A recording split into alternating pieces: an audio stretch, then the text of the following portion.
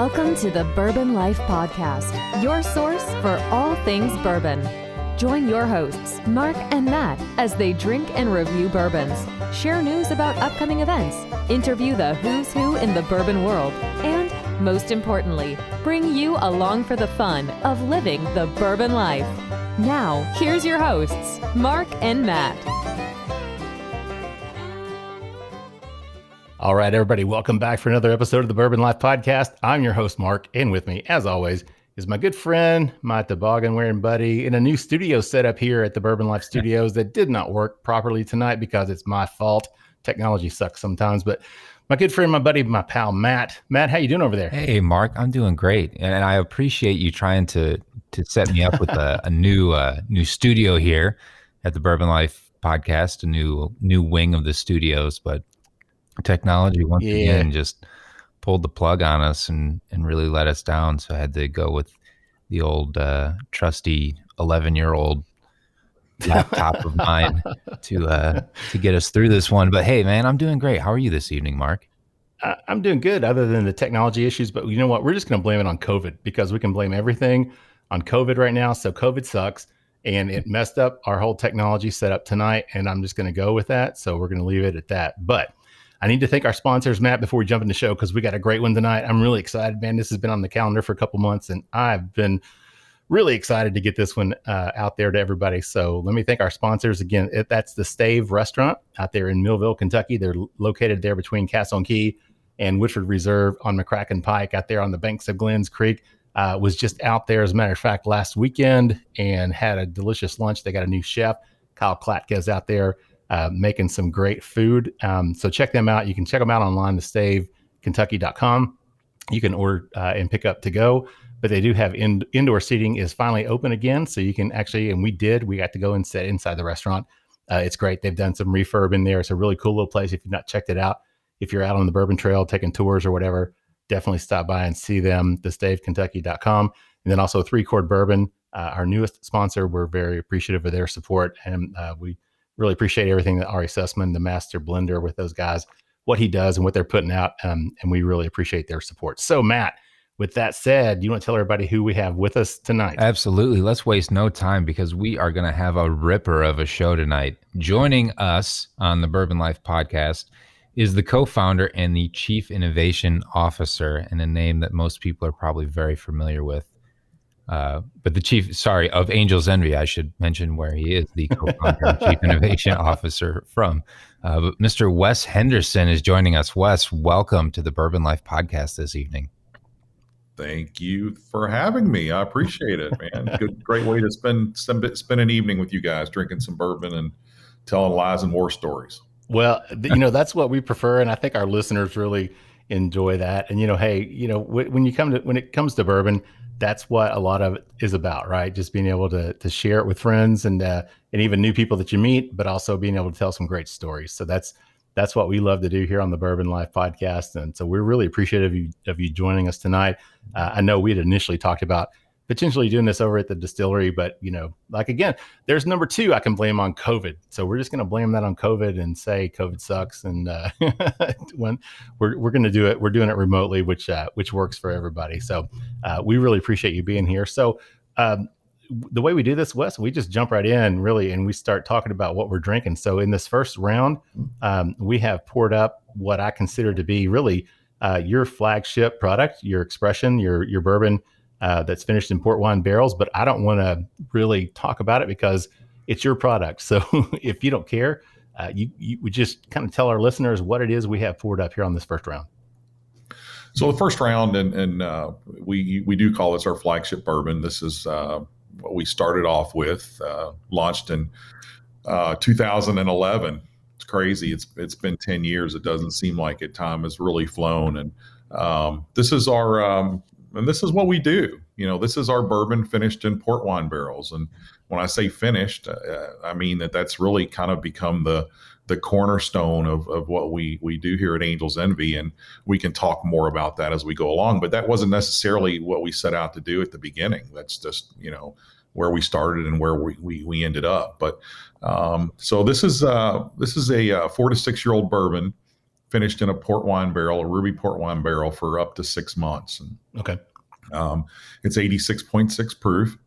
And, this is what, if you like Angel's Envy, this is what you're accustomed to seeing most of the time on the shelf. And for a lot of people, this, not only is it a bourbon that people who enjoy bourbon regularly seem to like it, it's also been an introductory bourbon to a lot of people I've seen over the years. And that port barrel finish just really gives it a nice texture, a nice, it's very accessible and very drinkable. So it's nice to kind of live in both worlds there. Sure. Yeah. And that's it's interesting because it is a straight bourbon. Like you said, it's 4 to 6 years. But it's also, and then it's finished in the port wine barrels. So that's an interesting, concept. Obviously finishing is becoming more and more popular, but I mean, you guys, when I think back in terms of bourbon, Angel's Envy really was the group that started that, in my opinion. I mean, was there anybody else really out there doing it before you guys started? No, there really wasn't. You go back and look at the Jim Beam did a masterpiece release back in the mid 90s. Okay. That Elmer did mid to early, actually probably early 90s. It was decent. It wasn't great. It was good, but it more than anything, it just wasn't time. It wasn't the right time. And my father at Brown-Forman had played around with finishes for years and years before that, but we decided to step out on the ledge and make that our first offering. And Sure. As you probably remember, there was a little bit of noise when we started doing it because nobody was familiar with people finishing bourbon in a secondary barrel, and quite honestly, nobody really knew how to deal with it. Yeah. What is it? Is it bourbon? Is it not bourbon? What do we have going on here? But it's really interesting to see now, like you said, we're seeing finished bourbons, finished other spirits all over the place now. Right. So I'm just curious, you kind of brought that up when you were talking there a second ago about people had never seen it. I mean, what was the initial reaction to you all deciding, hey, we're gonna take a bourbon, finish it in a wine barrel, and then release that as our flagship product? I mean, what was the response? What did people initially think to that? Well, it wasn't necessarily going to be our flagship. It was going to be our first release under the Angel's Envy label.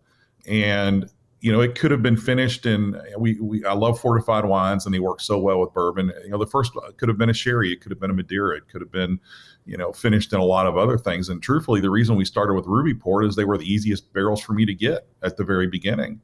And that was our jump spot. So, we have as a family, and as long as Dad has been in the industry and now as long as I've been in the industry, I think we have a great relationship with the bourbon community.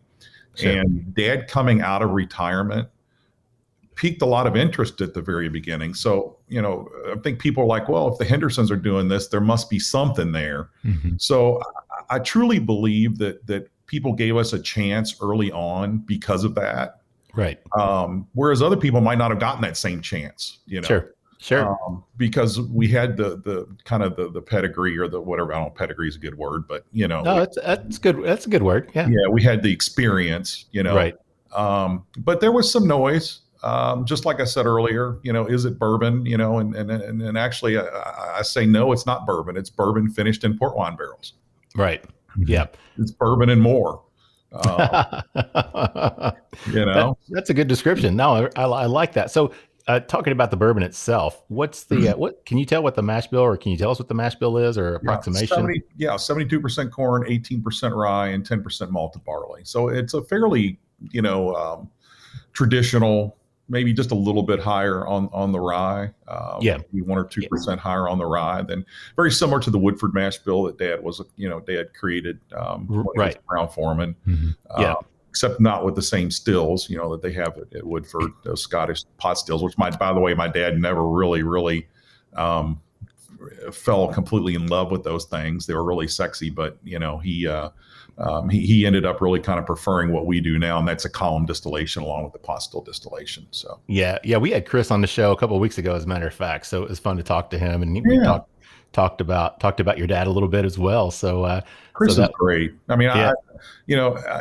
I've known Chris for years, and and Chris and I've I think really kind of got to know each other better, serving on the KDA board of directors together. Right. And he's done some great things, but at Brown-Forman, those pot stills gave him fits at the very beginning. I don't know if Chris talked about that or not, but it took him a minute to figure out how to really make good whiskey out of those stills, because they just weren't manufactured, I think, in a way that was really user friendly. But now they're killing it now. So yeah, I would agree with that.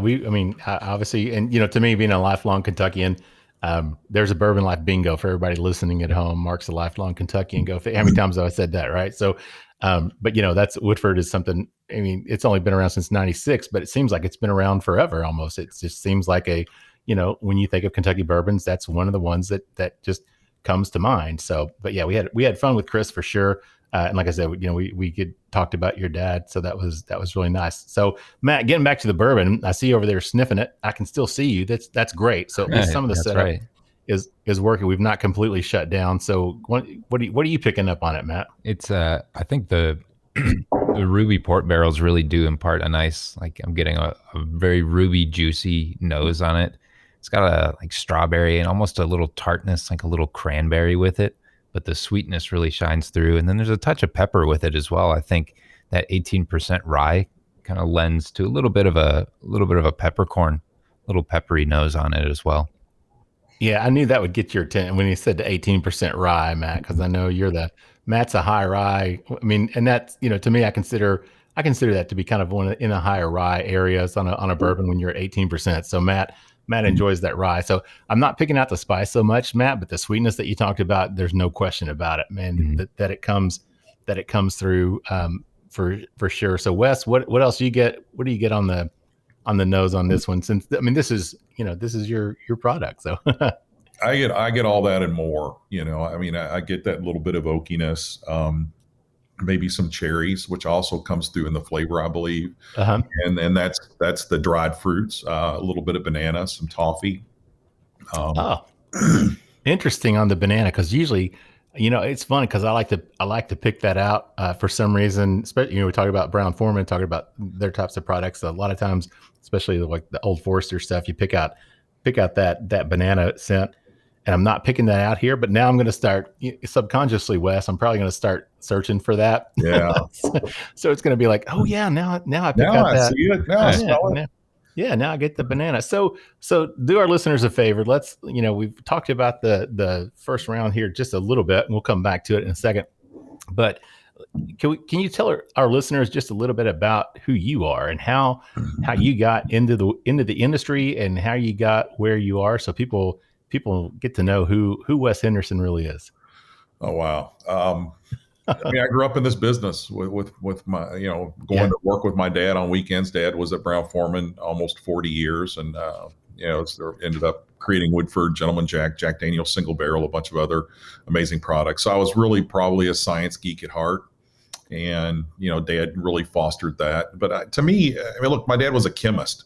At the end of the day, I mean, that was his background, and Dad really appreciated the chemistry behind making bourbon and maturation, how wood influenced distillate.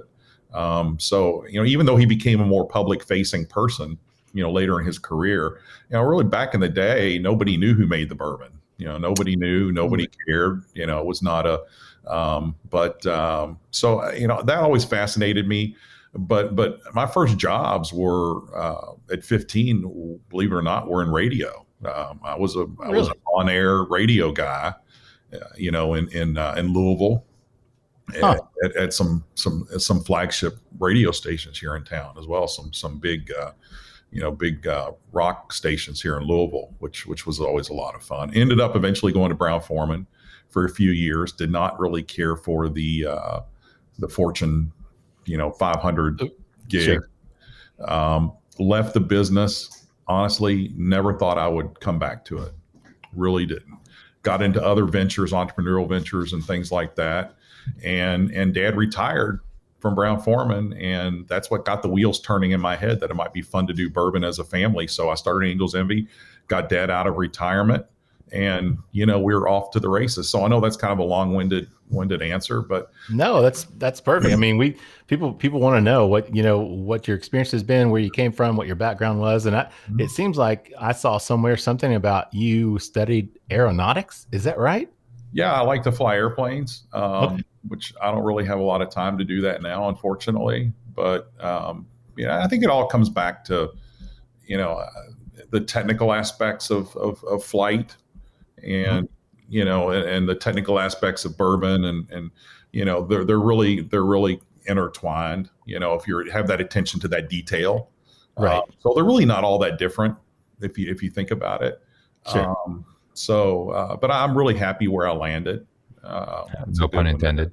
Yeah, right. Exactly. Yeah.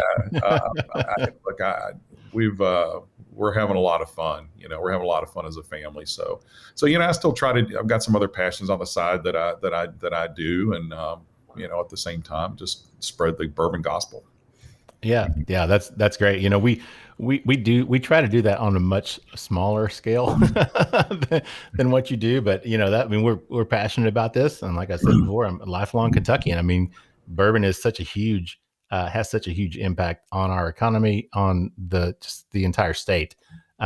So for me as an attorney now, it's a hobby, it's a passion, and it's something that's really fun to be able to do, and share that passion with as many people around the world as I can. So it's our little way to do that, but you guys do it on a much better scale. Look, it's a cooperative here, man. There you go.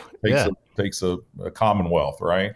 That's right. It's funny you said that you were in radio, because before we started and we were talking a little bit, I thought that this is probably, without you having an actual mic and headphones and everything set up in a studio, I'm like, man, this guy is probably one of the best voices of one of our guests that I've ever. Everything sounds clear and it's nice. There's no echo, there's no reverberation, there's nothing. So you're going to make our editing job really, really easy.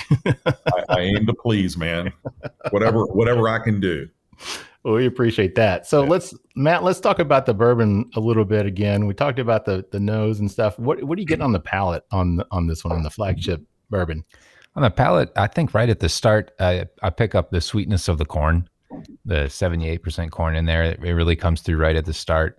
And then it's giving way to like a nice toasted sugar. And then the finish is where I'm picking up a lot of the stone fruit, the strawberry and cherry, and a little bit of that pepper as well. And then there's a nice burnt sugar and oak finish, like at the very, very end of it as well, to finish it off.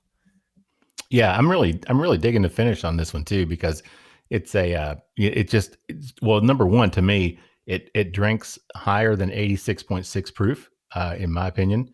I don't know if you feel that way, Matt, but to me, it drinks higher than that proof point. But in terms of the finish, the spiciness that I get, I love the sweetness. It's very, very unique, because you do get you can pick out those bourbon notes to it, but at the same time, you can tell that port barrel has influenced what's going on here.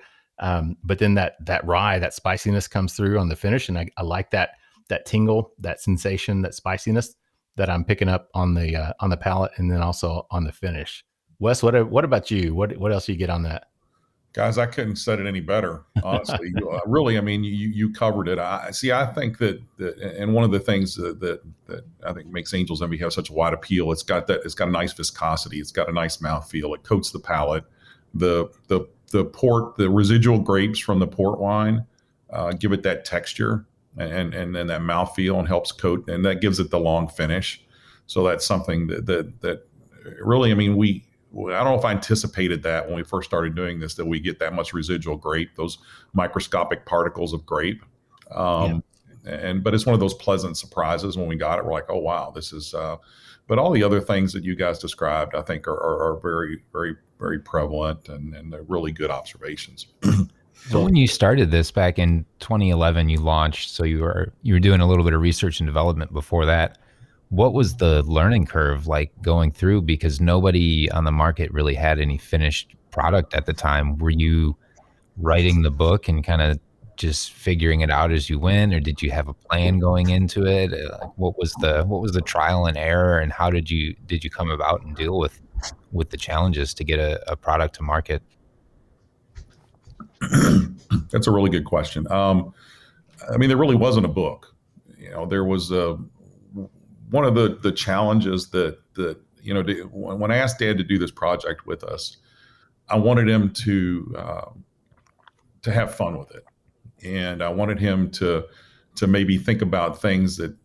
And also in the back of my mind, truthfully, I don't know if Dad was quite ready to retire or not. I mean, Dad got to to that age where a lot of companies are, a lot of times it's time to retire. And Right. I kind of felt like Dad maybe had some other things up his sleeve that I wanted to kind of maybe coax out of him, and show those things off a little bit. But most importantly, I just wanted to work with Dad, and that was what we set out to do. So to stimulate Dad's thought process, I asked him, talk about some things that you did, in your previous life or when you were working at Brown-Forman that you thought was fun, but for whatever reason never saw the light of day, or something you wanted to pursue more. And we kept circling back to the secondary barrel finishes. And, I just keyed in on that as something, wow, this is a way to have Dad really be excited about what we're doing and forge a path for us. And like I said earlier, we didn't set out to create the category or create the world of finished bourbon. We really didn't. That was just where we were going to start, and it kind of caught on. So we, there wasn't a lot of trial and error. We knew once we decided we were going to do that from a taste profile standpoint, we knew right away. I knew right away, especially where I wanted to go with that. And Dad agreed. And, it was a pretty simple process at that point. Yeah, very good. Matt always asks the great questions. One of these days I'm going to be able to do that, but Matt always asks those really good questions. But great answer. Yeah, we appreciate that. I mean, that's really cool to get a kind of an inside look at how you all made that decision and how you move forward with that. So, all right, we are actually at the end of round one. Believe it or not, that was pretty quick. That was really quick. So closing thoughts, Matt, on the flagship, the bourbon finished. Just go ahead and say it. Best ever. That's fine. There you go. I'm good with that. I've got nothing to add to that. Thank you. Yeah, that's really good. And it's funny because, in my mind, Wes, a lot of times when I think or hear of finished bourbons, to me, I'm just like, oh yeah, I don't know that I'm really going to like that. But the more that I drink, especially your product and the entire line of products that I've had, they're very unique, and they're still very bourbon centric. Mm-hmm. And like you said earlier, you're talking about a kind of an introductory bourbon, which kind of sounds weird when you say, yeah, it's a bourbon finished in a wine barrel, but still from the standpoint of introducing someone to a bourbon, I think this would be a great jumping off point for a lot of people. Yeah, I agree. And I think there are lots of bourbons out there that are like that. I think Makers is another one that right. A lot of people think of as. I think we're a lot more complex than Makers. Not that I don't love Makers, I do, and I love Bill Samuels and all those guys. But I think that a lot of people look at that as a gateway bourbon. But I think we bring a little more to the table as far as sure. That added. Kind of that added complexity with that port barrel finish. Yeah, I would agree with that, and that's why Makers Beam, those type of Woodford, very good introductory type bourbons that are just straight bourbons. But yeah, definitely you guys bring a little bit of that difference with that port finish. Makes a difference. And again, it doesn't, in my mind, doesn't take it out of that bourbon category, which I know some purists would probably say, oh, wait a second, it's finished. But no, to me, it'd be a great jumping off point for a lot of people. So for me, it's 2 thumbs up, and it's an affordable bourbon. There's no question about it. So the bottle shape is awesome. We can talk more about that in the second session as well. What you guys have in terms of your bottle presentation and marketing. So Matt, any final thoughts on the first round before we close it out? It's fun to go back and visit this one. This was when I was just getting into bourbon. This was one of the first bottles that I bought.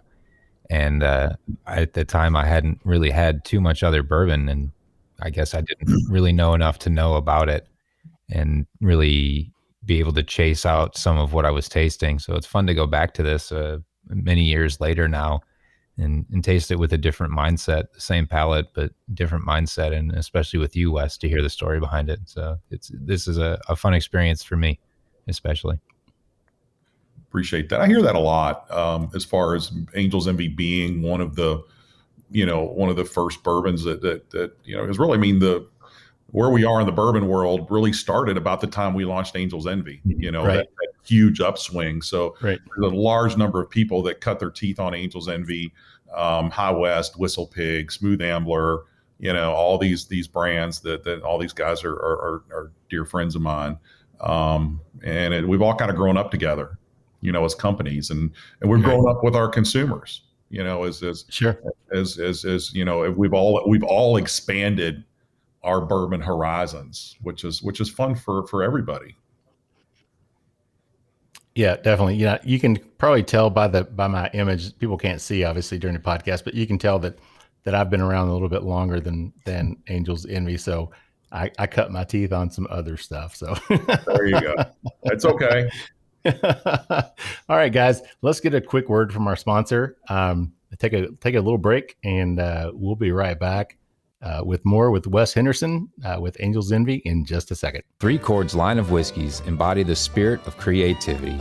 The whiskey is a true collaboration between producer and composer Neil Giraldo and master blender distiller Ari Sussman.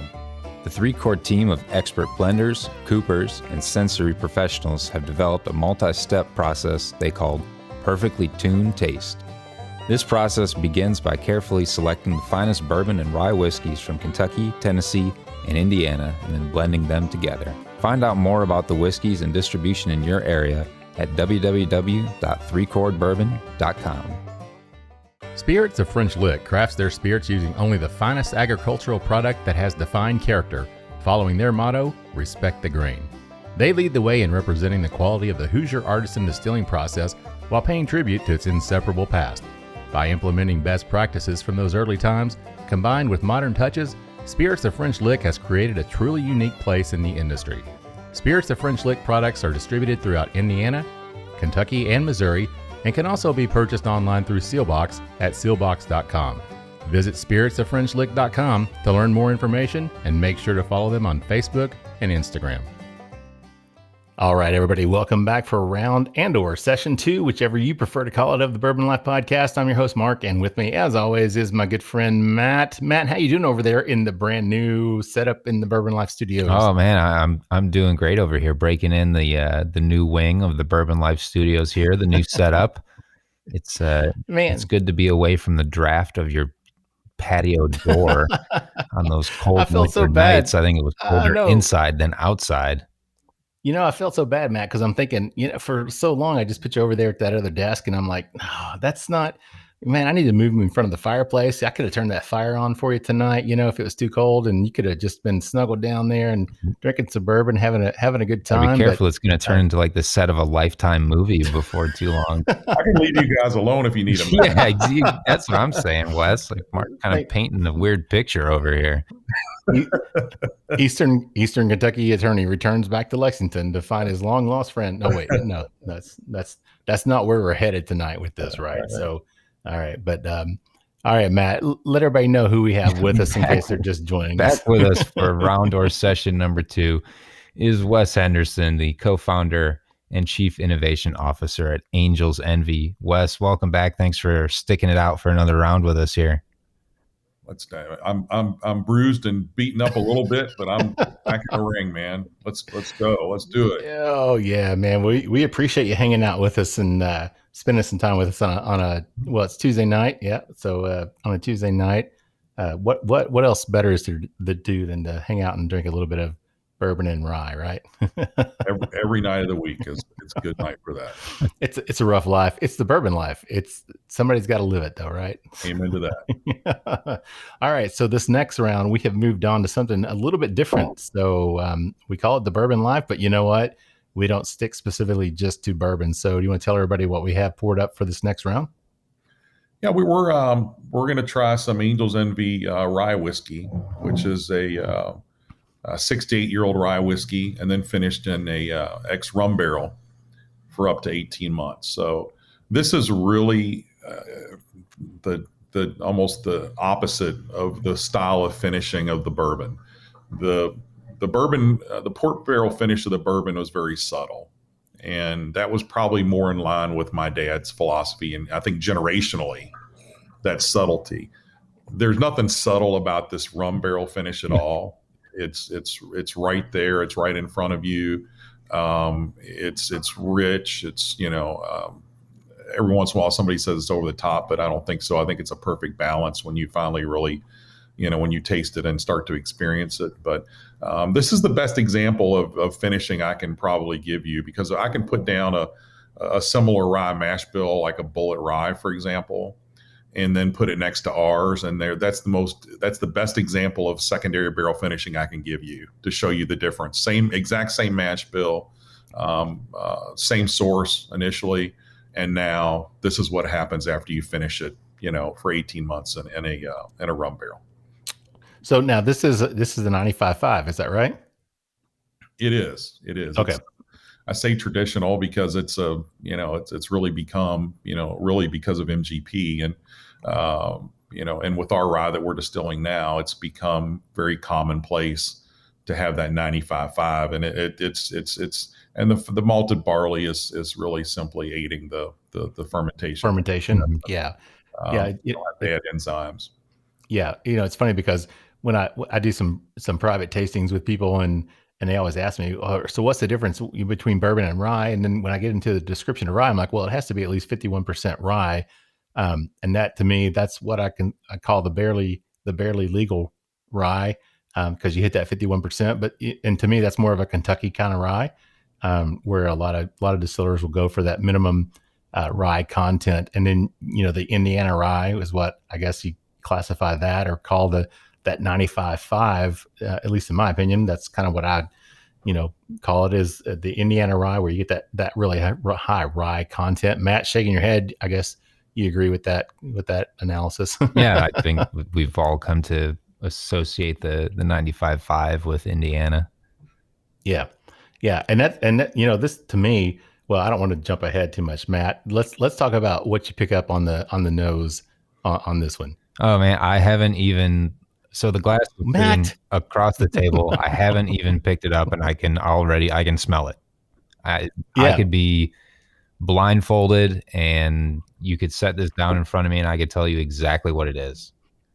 Yeah. So you're a fan of this. This is one of my favorites all time, right here, and the nose on it is so sweet. It's got such a nice toasted sugar and graham cracker and a nice marshmallow nose to it, but that rye still comes through with a little bit of the spiciness, a little peppercorn on it, but it's just got this really, really beautiful toasty sweet nose with it, leading like some caramel and just like a campfire, almost like s'mores. Yeah, it's funny, Matt, because when I cracked this bottle open today, it was like an instant, to me, it was almost like a maple syrup, just a sweetness, a richness, a sugary smell. And now that it's been in the glass, I poured it out. It's almost like a maple syrup with like a walnuts or some type of nuts added to it, pecans, walnuts, or something. But it's the nose on it's crazy. And, we talked earlier a few minutes ago about Chris and, Woodford Brown-Forman, and, they do the 1910, the double barreled, and they do the, double oaked out at Woodford. And that's done specifically to be out of balance. I mean, it's not a balanced bourbon because, you're finishing in that secondary barrel.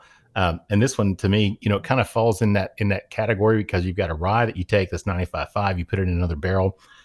So it's not gonna fall into the category of what you would consider to be typical rye nose or typical rye palate. And so it's out of balance, but you know what? If being out of balance is wrong, I don't want to be right, Wes. Well, I mean, it was created to be that way. And, I don't know, not that I don't know. I know that when I first started doing the blends on this, that Dad was less than impressed with the notion of the finish like that. And I didn't know this till after he had passed away, that he had told my wife, we were sitting in the kitchen one day and I was telling Dad what I was doing with the rye. And I left the room and my wife was still in the room with my dad. And my dad's like shaking his head like, what the hell? This is craziness.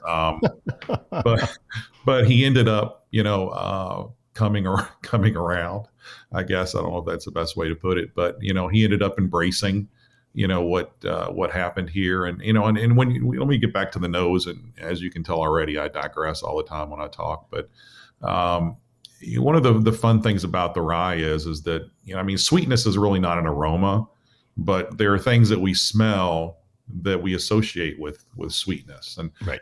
I think that with the rye, when you first smell the rye, you're expecting this syrupy, over the top flavor. And you definitely get some sweetness when you taste the rye, but it's nowhere near the level of sweetness that you might anticipate from the nose. Mm-hmm. Which I think, which makes it fun. It's kind of a pump fake, maybe a little bit. Yeah, exactly. I've done that in years. But when we get on to tasting here, it's the same situation. When you guys call out some of the taste notes as well. Yeah. So going back, let's talk a little. We talked about you and your history and how you got in the business and working with your dad. So kind of let's talk a little bit about the history itself of Angel's Envy and how you guys decided to get it going and what you guys have done and how everything. Because I think you started. Seems like I saw something that said Angel's Envy was actually founded in 2006. Is that right? The idea started hatching probably about then. We incorporated in 2009 and we had planned on launching in October of 2010, but we delayed it until March of 2011. So it's been almost 10 years exactly from Happy birthday. Yeah, thank you. From the launch, which seems crazy. Yeah. So you guys, your dad was in retirement and you just said, hey, Dad, I've got an idea. That's really what it boiled down to. And a friend of mine, a guy named Jay Maltby, Jay's been in the spirits industry for a long time, Cruzan rum and a bunch of other really cool products. And I was talking with Jay one day, I was consulting on a project and Jay said, just out of curiosity, you're helping with this project, but why haven't you ever done anything with your dad? And I'm like, Jay, honestly, I don't know. And I think some of it is that I always felt like I had to do my own thing first before I ever. Sure. And it was probably an insane, it was probably crazy to feel that way. I might have had a lot longer to work with my father. Well, I don't know, because he would have stayed at Brown-Forman. He would have. Right. So, things worked out the way they needed to work out. Mm-hmm. But when Jay mentioned that, it kind of got the thought process going. So I flew up to Kentucky. I was living in Florida and sat down with Dad and told him what I wanted to do and asked him if he was interested in doing it. And he immediately agreed. And to this day, I don't believe either one of us knew what we were getting into. And I don't even know if Dad knew that we could pull it off. I don't even know if I knew we could pull it off. But, we figured we'd give it a shot. And, and Dad always said, in interviews and, and in private and public, that the only reason he did this was to work with me and work with his grandsons. That way he didn't have anything to prove, right. Like Woodford was a walk-off home run. I think he was most proud of Old Forester. Now, he didn't create Old Forester, but, how he curated Old Forester and, how he worked with that brand for a long time. Mm-hmm. So sure. He had already reached the pinnacle, right? Yeah. Yeah. So, and that's true. There was nothing for him really to to try to prove. But it's funny that, we talked to off camera a little bit, we had Fred and Freddie Noe on, and it was fun to talk to Fred about working with his dad, and how sometimes, when he was a kid, a teenager, et cetera, there was no way that he would ever want to do that. But then as he got older, it's like, yeah, this is all right. But then there's all these little intricacies that go along with working with your dad. So, I mean, what was that like? I mean, obviously your dad is I guess, there's no other way to say it. I mean, he's a bourbon legend, so, I mean, what was it like to get to work with him on a project to create an entirely new brand? It was a joy. I mean, Dad and I worked very well together. Our skill sets really complemented, each other.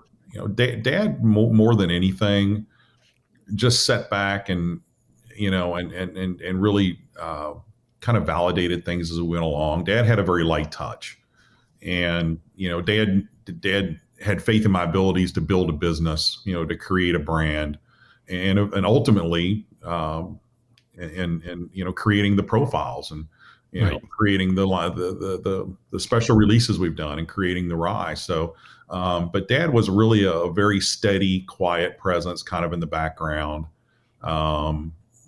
Just a light touch, I mean, and it was a lot of fun. It really was. And I know Dad enjoyed getting out more than anything. He loved talking to people about bourbon, Sure. Put him in a bar and let him talk to, let him tell stories about bourbon. And, he was really in his element.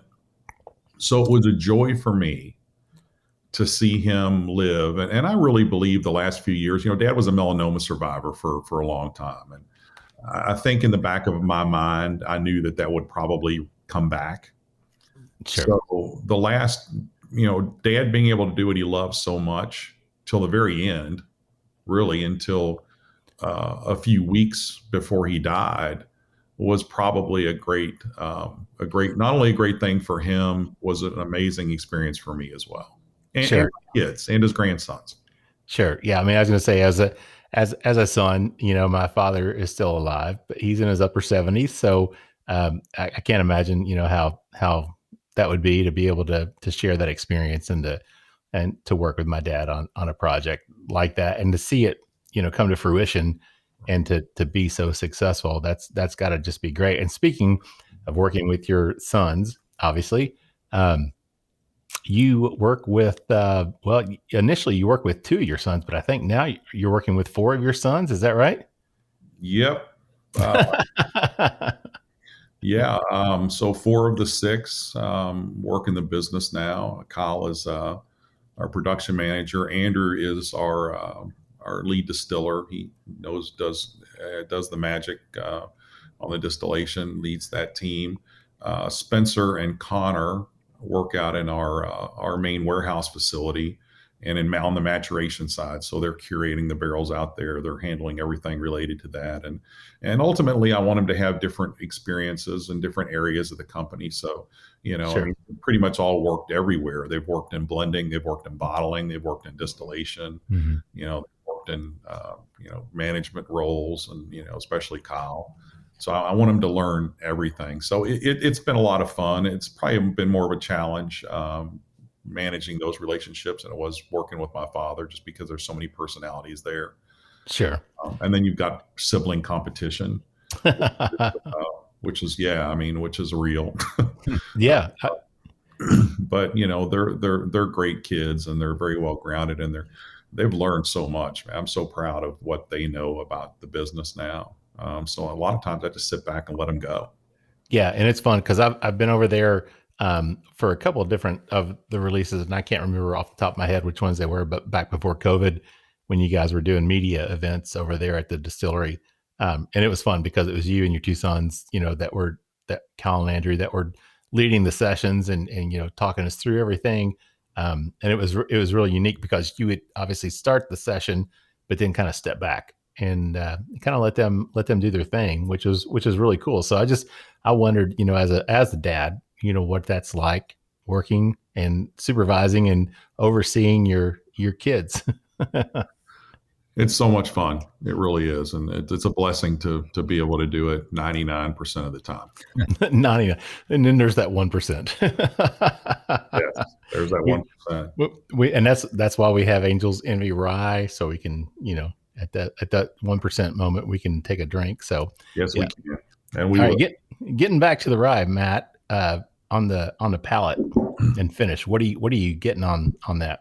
I have to really agree with what Wes was saying, where the nose and the palate are similar, but the palate is a lot more subdued with from the sweet flavors that you might smell on the nose. When you drink it and when you play with the palate, you can really tell that it's rye. You're not drinking the same nose. It's got a nice rye punch to it. I get a good amount of citrus. It's nice and zesty. It's got that, some of the baking spices are coming through. There is still the sweetness in it, but it certainly doesn't have the same taste that it has on the same nose. I think if it tasted the same way that it smelled, I don't know, I'd be curious to wonder if there was like some maple syrup or something. Well, it would probably be over the top. Yeah, I think that's a good way to put it, Wes. You're absolutely right, and it's nice to be able to smell it and smell something so sweet and so the nose. I don't want to say it's over the top, but it's strong. It's got that really, really nice sweet nose, but then when you consume it and you drink it, it takes you back to the rye that's in there. Yep, I agree with that, Matt. That's really what it should do. And that was really the delicate balance to strike here. Mm-hmm. It's a dance. It's between the sweetness and the spiciness, and what can happen when you've got so many bold flavors competing against one another. You can get this jumbled up mess where you can't pull anything out of it. And I think that the rye is able to kind of hit all those notes along the way, that's where we really succeeded in making something that really hit all the right spots. Yeah, I mean, I agree with in what Matt said too. It's funny because when you smell it on the nose, there's that sweetness, and and like Matt said, I mean, to me, you would think like Taconics, or is it whoever that has the maple? Yeah, the syrup. double maple. Yeah, they have the double maple barrel. So you think this is like finished in a maple syrup barrel or something. We know there's some maple syrup in it or whatever, but then you taste it and it's like, damn, that's a rye whiskey. I mean, there's no second guessing about that. There's no ifs, ands, or buts. I mean, that's a rye whiskey, and it when you taste it. And going back, like with the bourbon, like I said, it's got those standard, what I would consider typical bourbon notes to it. But you can obviously detect the finishing notes as well that add to that, which makes it unique. But this rye, it's funny how many people, when I ask them about rye whiskey, and they say the Angels Envy Rye is their favorite rye whiskey. It happens a lot. So I love it. And it really defies description. There's really not, it's almost its own thing. I mean, it's definitely recognizable as a rye, but it's such a departure. Mm-hmm. If you took 5 of the other whatever top rye whiskeys and put them next to us, there's really no, you can't confuse ours with any of the other ones. Right. Stretch, and that's okay. I mean, it may not be for everybody. I think it's for most people, because very rarely do I hear people say I don't like it. Of course, people probably wouldn't tell me to my face they don't like it anyway, but just to be polite. But another thing about the rye I think is unique, and it's an interesting discussion to have, is the proof and the perception of proof. And this is 100 proof. Right. And I truly believe that this doesn't drink like it's 100 proof. And right. So it's the actual proof and our perception of the proof. They're two very, very different things. So I'd say it's dangerously drinkable. Yeah, that's a good point you make, Wes. I think this should it should come with a large sticker on the bottle, a warning label. Yeah, reminds people this is still 100 proof. Yeah, and that's funny because normally Yeah, normally at the beginning of the discussion, we talk about what the proof is, and we forgot to do that. So yes, this is a 100 proofer. And before the 86.6, I said it drinks a little bit hotter to me, or not hotter, but it drinks like a higher proof bourbon in the mid to upper 90s, baby.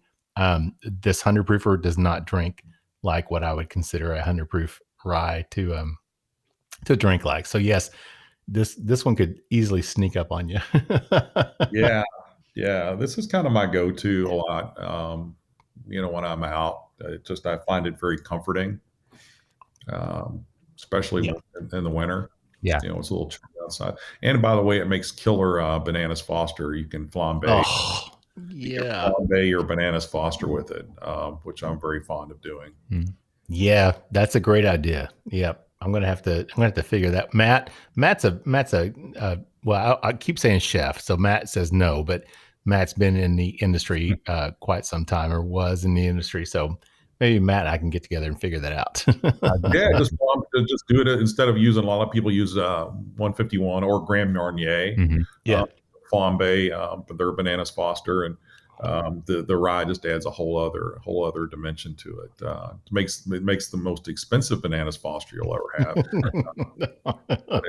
It's well worth it. I was going to say it's got to be it's worth it. There's no question about it. Yeah. So, all right, guys, we're at the end of round number 2. So, final thoughts, closing out, Matt, on the Angel's Envy, the rye, finishing the rum barrels. Oh, it's an absolute hit. This is in my go-to. There will always be one on the bar at my house, at my parents' house. Right. It's all time for me. It's in my favorite ryes for certain. Just the uniqueness of it, but it is still knowing that there is rye whiskey in there. You're not just drinking a bottle of maple syrup. Or whatever. Not that there's anything wrong with it. There's nothing wrong with that, right? Pull the maple syrup off the shelf, have a couple of swigs of it. Yeah, just out of the fridge every once in a while. As long as it's maple, right, from Vermont, you're good. It's Matt. I just have to agree with you on that. This is such a good rye, and I think we've talked about. And I don't want to keep going back to it, but I'm going to the Brown-Forman, Chris Morris, whatever, Woodford Reserve, et cetera. The double oaked and the Old Forester 1910, to me, the double barreled bourbons, they have just almost like a dessert type of quality to them. And for me, this rye has almost that same type of dessert type of quality to it. And that, to me, that's not a bad thing. It's just something that it's very unique, and this is something that after a nice meal that I would gladly pour up for my friends and for myself and say, hey, look, let's have a little dessert and let's have some Angel's Envy rye and enjoy that. So, and that's I see it sometimes on dessert menus now. Drinks similar to a nice Madeira or port or cognac or brandy, right? After dinner, it's definitely, I didn't set it out for it to be like that, but right. Those are some really good thoughts. Yep, definitely. Well, all right, guys, we're going to close it out. We'll get a word from our sponsor, and we'll come back with our final session with Wes Henderson from Angel's Envy. So everybody just sit tight, and we'll be right back. The Stave Restaurant is a bourbon lover's paradise right here in the heart of bourbon country. Located at 5711 McCracken Pike in Millville, Kentucky, between Castle and Key and Woodford Reserve, Chef Kyle Klatka prepares amazing food each day that features an elevated Kentucky-inspired cuisine. With a full-service bar, great bourbon flights, and signature cocktails, the Stave is the perfect place to catch up with friends after a fun-filled day of touring the local distilleries. Be sure to check them out online at thestavekentucky.com or at Instagram and Facebook at The Stave Kentucky. All right, everybody, welcome back for the third and final round of the Bourbon Life Podcast. I'm your host, Mark, and with me, as always, is my friend, Matt. Matt, how you doing over there? Oh, Mark, man, I am doing so great tonight. We're having a super good show, a really great time, hanging out with Wes Henderson of Angel's Envy. And as we always say to our listeners, you've made it this far, so you best stick around for the exciting conclusion. because Please. we've got something newer poured up. Is that correct? Yeah, we do. And Wes does not necessarily have the same thing that we've poured up tonight. But I don't know, Wes, you've got one over there with you, I'm assuming. Or... I'll be with you in spirit on this one. All right. I'm gonna keep drinking the rye, honestly. That's fun. But I really want to hear, the single barrel program is new, and you guys have some of the first bottles from the program. So it's nice to, I'm just as interested in hearing your all's thoughts as you all might be hearing mine. Okay, great. Well, then I'll jump in here and just say, since Matt doesn't have the bottle, I'm sorry, Matt, but I've got, listen, you hear that? I love, I mean, that's so cool. There's angel's wings that are affixed to the bottle, wrapped around the neck. And I mean, it's like metal. So the metal wings hit the glass. You guys can probably hear that. That, number one, Wes, is a great touch. I mean, I absolutely love that. But yeah, this is a single barrel. This is from Total Wine. I picked this up here in Lexington over at Hamburg. This one is 109.6 proof. So I mean, going back to the bourbon itself, Wes, is this the same bourbon that we get from the flagship? It is.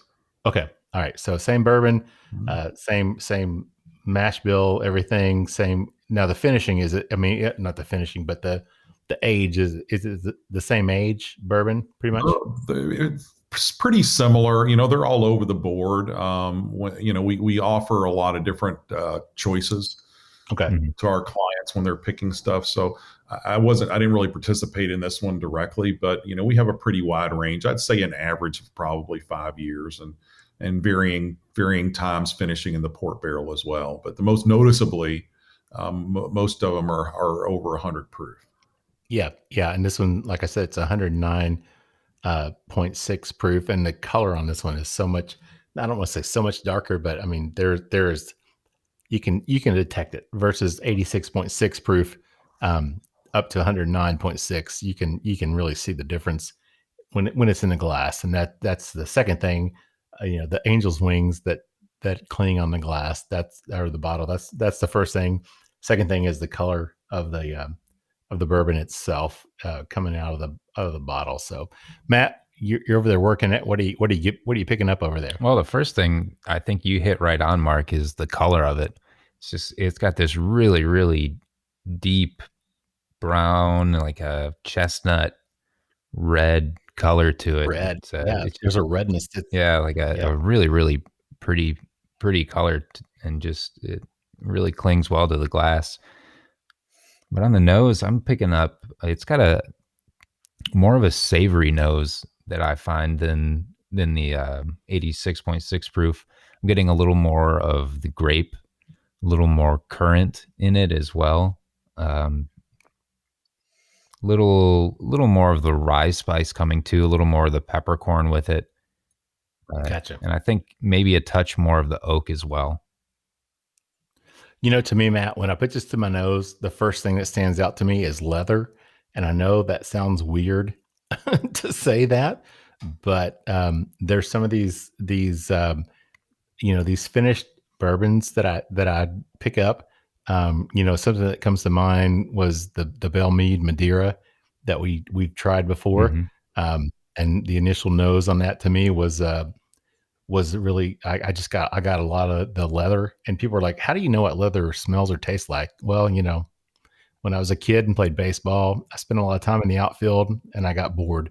And, there are times you just chew on your glove because you got nothing better to do with your time. So yes, I do know what leather smells and tastes like, but, and that sounds weird to say that, but it's not a bad thing. People might say, oh, leather, really? But, to me, I find that very unique in a bourbon, especially a bourbon when it's finished in a cask. So that stands out to me, and I really enjoy that. So, that's not an unusual observation, even though you think it sounds like it. A lot of when I drink pre-prohibition bourbons, especially, you pick up a lot of that leather and tobacco and other things like that as well. So it's not And because we don't really know what it tasted like when back in the day, Right. we don't know whether or not that's a result of, years of being in the bottle and oxidation or whatever. We just don't know. But I think that's those characteristics. Like I said, I see them all the time when I drink some of the older stuff. Yeah. Well, good. I'm glad to know that I'm not completely off. No, not at all. Not at all. I'm not completely off the reservation with this. So, earlier I mentioned the bottles, and we were going to get back to that, I think, in round 2, and we forgot to do that. So, Wes, can you talk a little bit about the bottles, the design, the shape, the Angel's Wings, the name itself? I mean, can you kind of fill us in on that? Sure. I mean, the simplest explanation is that it was inspired by the Angel Share. And Sure. Most likely anybody listening to this podcast knows what the Angel Share is. It's what we lose to evaporation. We lose 3 to 5% to evaporation every year. And we say we're sharing that with the angels. So the story is angels get their share. What's left they're envious of, and that's where the name Angel's Envy came from. And really we keyed in on Angel Share very early on, and we might have named the brand Angel Share, but there were some trademark issues there. So and I'm glad for that, because Right. that allowed us to think a little further, to go a little deeper and play with the story a little bit. And so when you think of angels, I think of Angel's Wings, and I always wanted I wanted wings on the bottle. So the shape of the bottle really conformed to the shape of wings. And there's really nothing like it. There still isn't really anything like it now. Right. But you talk about finishing and being, stepping out and being unusual. This bottle was risky a little bit, I think, because there was nothing like it. It's got a little femininity to it. It's it wasn't your traditional bourbon bottle. Mm-hmm. Sure. Of course, now I think it's very recognizable, and it's I'm gonna say mainstream at all, because there's still really not much like it. But it's a little sexy. It's Oh yeah. it's but not over the top. No, I completely agree, and I can see, the wings on the back that come through. You can obviously see that, and I love the fact that you guys pay tribute to your dad from the cellars of Lincoln Henderson on your bottles. Very cool. But yeah, the shape of the bottle itself, it's almost like the wings that are a little maybe tucked in, or it's just really nice. So I was wondering, the S, though, the S is small and underlined. Is there any significance to that? Nope. I mean, it's kind of like an apostrophe, really. Gotcha. Okay. If you look at it, the font is unique too. It's called a Big Noodle font. It's what the name of the font is that we use. That's funny. I think I've ever shared in a interview before. A Bourbon Life exclusive. Yeah. There you go. You heard it first here.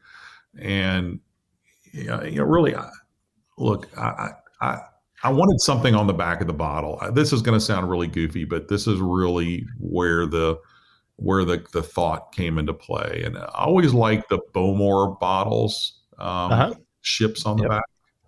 Yep. And I thought it was really cool how you could look in the front of the bottle, and through the whiskey you could see the ship in the back. I just thought that was cool, Right. And I wanted that effect. And it wouldn't have mattered what we named the bourbon. I mean, we could have named it, furry puppy dog, and we could have put a puppy or a baby. People love puppies and babies. Sure, they do. And angels. Yep. And angels. So the notion of having something on the back of the bottle that you could see through the bottle was kind of the inspiration for that, and it stuck. Yeah, I mean the design is beautiful. And I love this private selection, especially with the wings wrapped around it, and it's got engraving on the back of the wings. Keep clicking this. People can probably hear these wings clicking around, but it says that it was privately selected, and it says in 2020. It's got Angel's Envy on it, so really just a really cool bottle. We probably should have, it's kind of like a little, for those of you're describing it, it's almost like a little angel medallion, Yeah, right. A charm almost. We should have made it long enough where you could wear it like a medallion. I really like the name Angel's Envy because I think it inspires, at least I think of it as a lot of kind of juxtaposition and almost like oxymoronical, because an angel isn't really supposed to be envious. Envy is one of the 7 deadly sins. I wouldn't really think of an angel as exhibiting envy. So I kind of enjoy that. I don't know if maybe there's some similarities one could draw to the bourbon and the rye as well, where there's like maybe just like a touch of juxtaposition and taking a beautiful straight bourbon and straight rye and finishing it in different barrels. I don't know if that's ever been thought of, or if I'm just deep into section number 3 here. I think that's pretty neat. I actually like it, and I think there's also some, one of the things we thought about too is a little bit of tension there. Yeah, right. Between they're angels. Angels are supposed to, Yes. supposed to represent all that's good and pure. But you've also got these whiskey angels out there that are maybe a little more reckless, and so there's that tension, and really about the same time, we launched Angel's Envy a few months after Beam launched Devil's Cut, and there was obviously no relationship between the two, but people used to ask me, because and then they started running commercials for Devil's Cut like ad nauseum. I mean, yeah. The commercial was something about Devil's Cut, and it was explaining the angel share. Right. And people would ask me, they say, "Wes, aren't you pissed that Devil's Cut is talking about your brand essentially?" I'm like, hell no, they're spending millions of dollars telling my story, which is perfectly fine with me. They're getting my brand out there. How could I be mad about that? God bless them, keep spending money. But that's just one of those funny happenstance things. And, every once in a while somebody will mention Devil's Cut and is there any relationship? But, there's that tension, between the good and kind of good. Sure. The kind of good. Yeah. The good and kind of good, Yeah. But so this is definitely the good. I would put that up there for sure. So now you guys have started doing a few other things too. So you've got the flagship, you got the rye. Now you've started this single barrel program, but you've got some special releases that you do on a regular basis. Now you're doing a cellar collection. Can you talk a little bit about what you guys are doing with that and how that's worked and what your vision is with that? The vision is really starting to come together, after we've got some order to the chaos a little bit, as far as just, innovation and not really having I say we've had a plan, but we've grouped some of these releases into what we call the cellar collection. Right. And the first release in the cellar collection was a sherry finish a couple years ago now. It's hard to believe it was a couple years ago, but we lost, I think really with COVID, it's, you can throw that year out. So it's really only been, what? Number 3, COVID sucks. And we're just going to say number 3, 2020, we just write it off and forget about the entire year. So exactly. Done. I wonder if they can do that with our taxes too. I wonder if we can just write off. That's a great idea. That's a great idea. I'm with you on that one. I put the suggestion box at the IRS on that.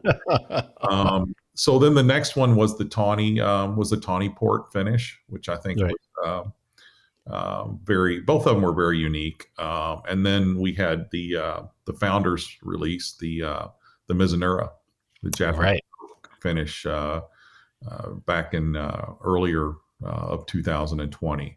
Which was received in ways that I couldn't imagine, with lines wrapped around the block.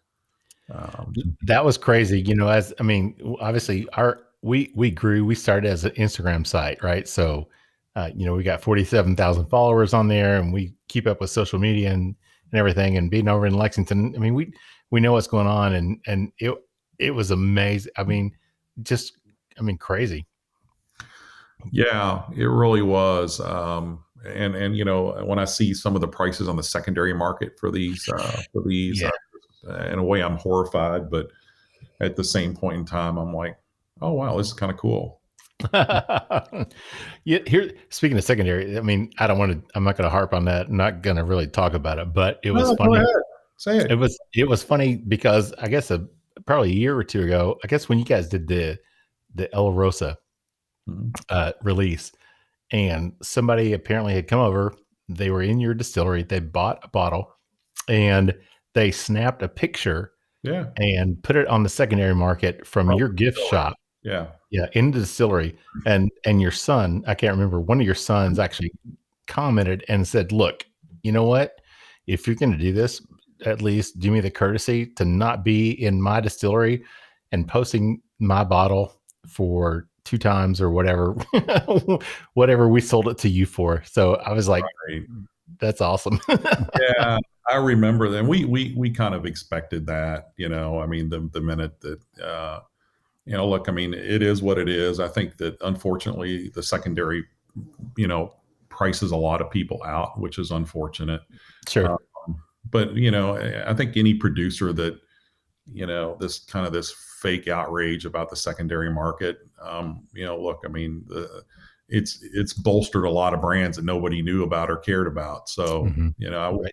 I wouldn't be too outraged about it. But it does kind of suck in some ways too.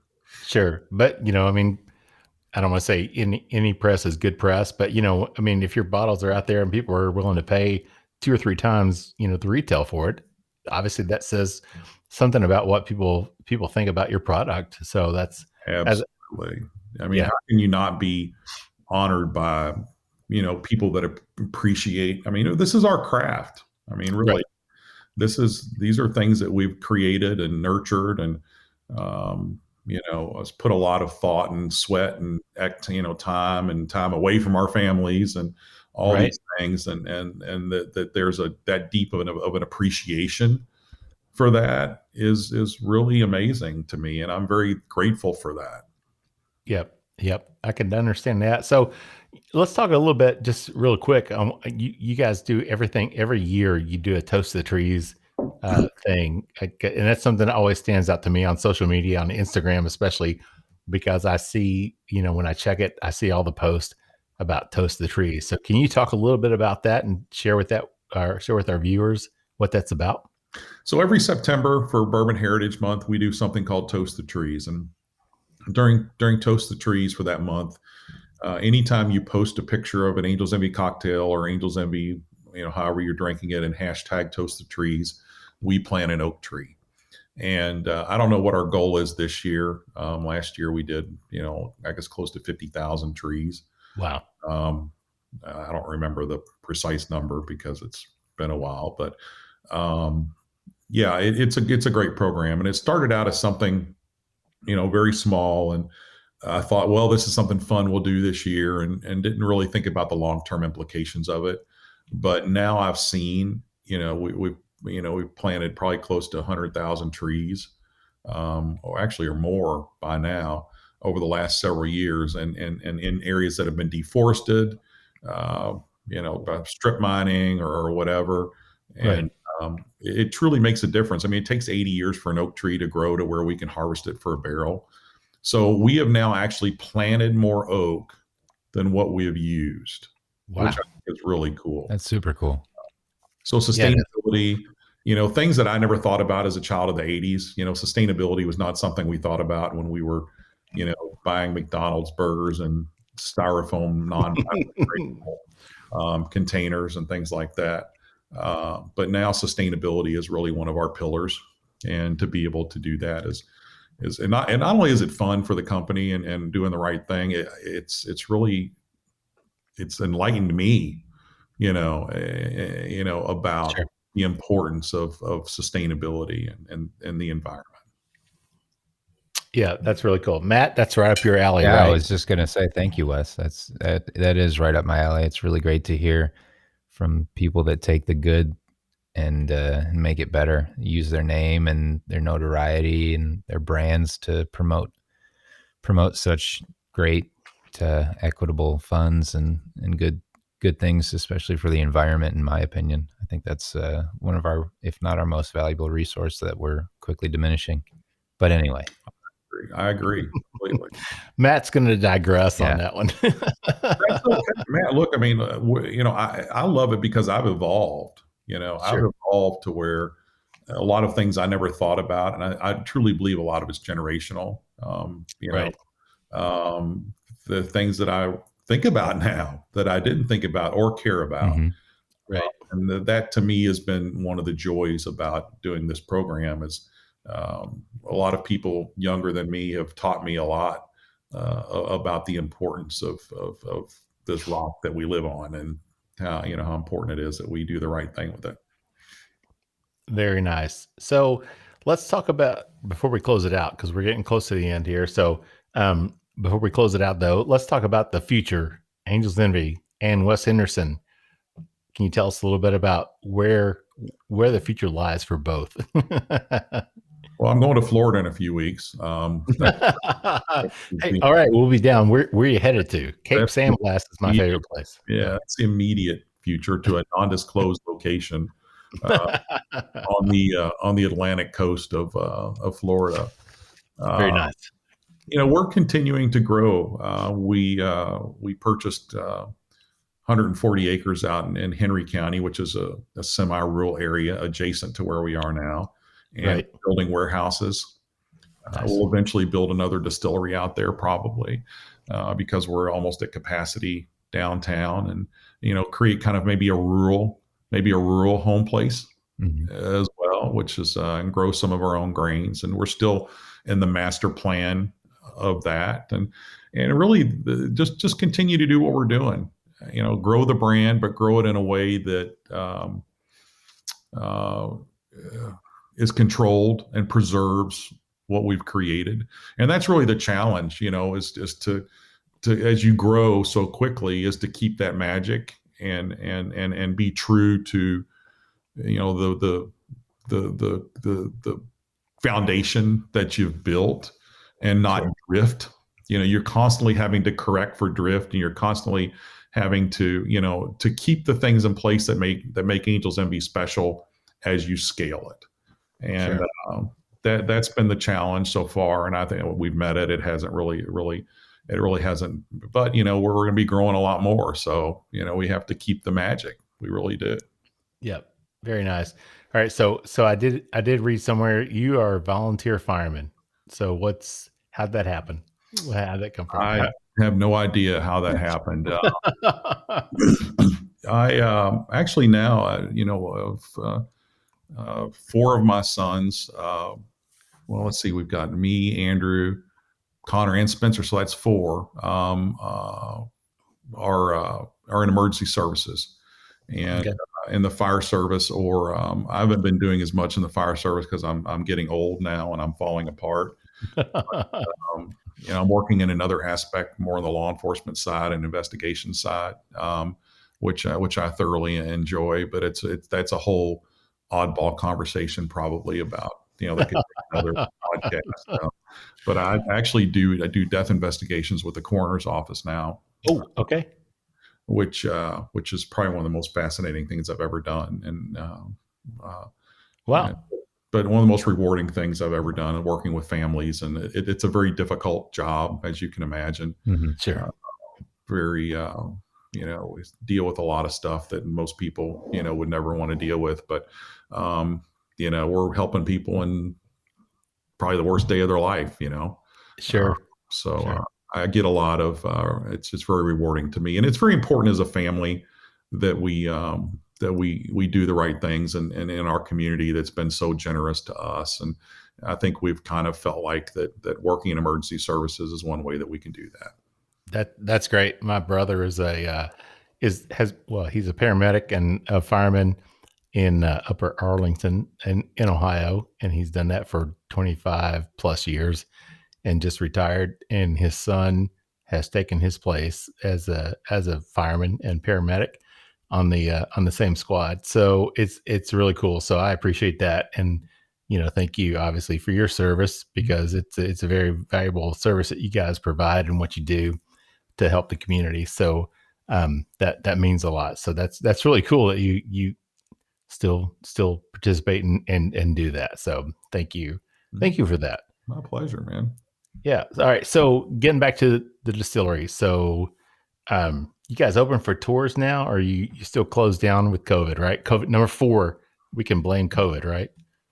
Yeah, we're open. The retail is open. We are doing limited experiences, so you can come, and we're doing tasting experiences, and some areas of the plant are off limits, just Okay.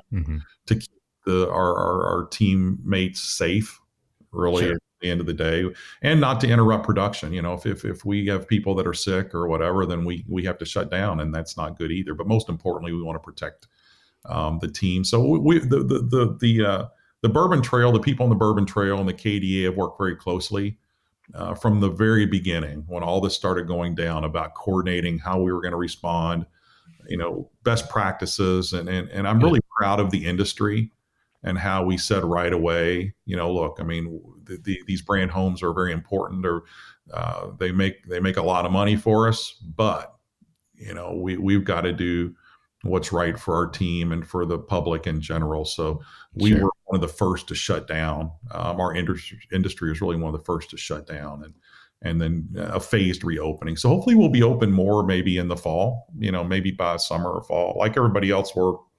Yeah. Fingers crossed and hoping we get there. Right. Yeah, exactly. But thanks for asking about that. And come and see us, by the way. It's a beautiful distillery. It really is. Yeah. Yeah, it is. I love it down there. I've been there a couple of times. So, all right. So we're at the end of, well, we've exceeded our time. So, I didn't go as long as Fred No, did I, though?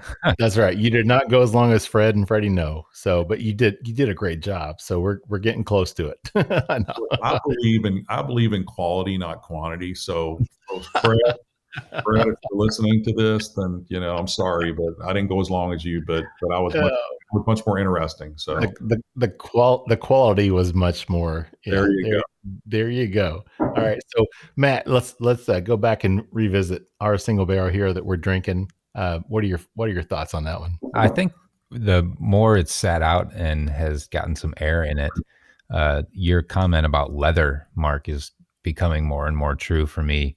It's smelling a little bit more of taking on those leather tones and a little earthier. It's got more of an earthy nose, and the taste is coming through that way too. But I get a lot of good cherry, a lot of I think the port wine barrel is really imparting a lot more on the palate for this one, getting like a little blackberry, the cherry, those dark stone fruits in the current. And then there's a little bit of that spice coming through at the end. And it's got a really nice long finish. The finish is after my first sip, it was still finishing for another minute or two later. I was still playing with the finish and tasting it. So it's got a really nice finish. Yeah, I agree with that, Matt. It goes on. And I'm sitting here, I took my last drink like 30 seconds ago, and I'm still getting the finish on that. But the leather comes through. To me, that's the way I describe it. And I enjoy that. So, but the stone fruits, the cherry, when you mentioned that, Matt, it was like, oh yeah, like we talked about bananas earlier. I'm like, oh yeah, now I see the cherries in that. So I definitely picked that up. So, yeah, big fan of this. I love it. I think if you get the opportunity to pick up one of these new single barrels from Angel's Envy, definitely pick that up. So, all right. I guess we'll wrap it up here. Matt, Wes, before we close it out, anything else you guys want to add? It's been fun. Thanks a lot. Thanks for having me on. I like the rounds. I think that was a lot of fun as well. And I hope everybody listening found something interesting, which I'm sure they did. You guys had some great observations, and it's a good time, man. Thanks for having me. I really appreciate it. Yeah, thank you. We appreciate that. Matt, before we wrap it out, anything? Yeah, thank you, Wes. We appreciate you taking the time to sit down with us and go through what you all are doing at Angel's Envy, and to fill us in a little bit on your life as well. I think just as valuable as teaching our listeners about bourbon and getting to taste it with them is letting them know who it is that's putting the bourbon out. And you've got a great story, and I learned a lot as well. So it was really cool to hear your story and to get to chat with you more. Hopefully next time we'll be able to do this in person. Thanks, Matt. Appreciate it. Yep, that sounds good. All right. So with that said, Matt, thank you very much. I'm going to thank our sponsors again, the Stave Restaurant out in Millville, Kentucky. Check them out online, thestavekentucky.com, or go visit them. Again, they have indoor seating available now. Just a great restaurant. So if you're on the Bourbon Trail, you need to stop over there and get some food from them. But then also we want to thank 3 Chord Bourbon, our newest sponsor, and we appreciate everything they're doing. And Ari Sussman, the master blender, is just doing a great job with those guys. So check them out online at 3chordbourbon.com. And with that said, I'm going to wrap it up, send us home with our tagline, which is, may your glasses always be full, and may you keep on living the bourbon life. Thank you for joining us for this week's episode of the Bourbon Life Podcast. Our mission at the Bourbon Life is simple: to share our passion for all things bourbon with you every week. And we'd really love to hear your thoughts on how we're doing. You can find us on Instagram and Facebook at The Bourbon Life. You can also contact us by email at thebourbonlife@gmail.com. And you can always find us on your favorite podcast platform. If you have a moment, we'd love it if you would rate us and give us a review. So until next week, we hope your glass is always full and that you keep on living the bourbon life.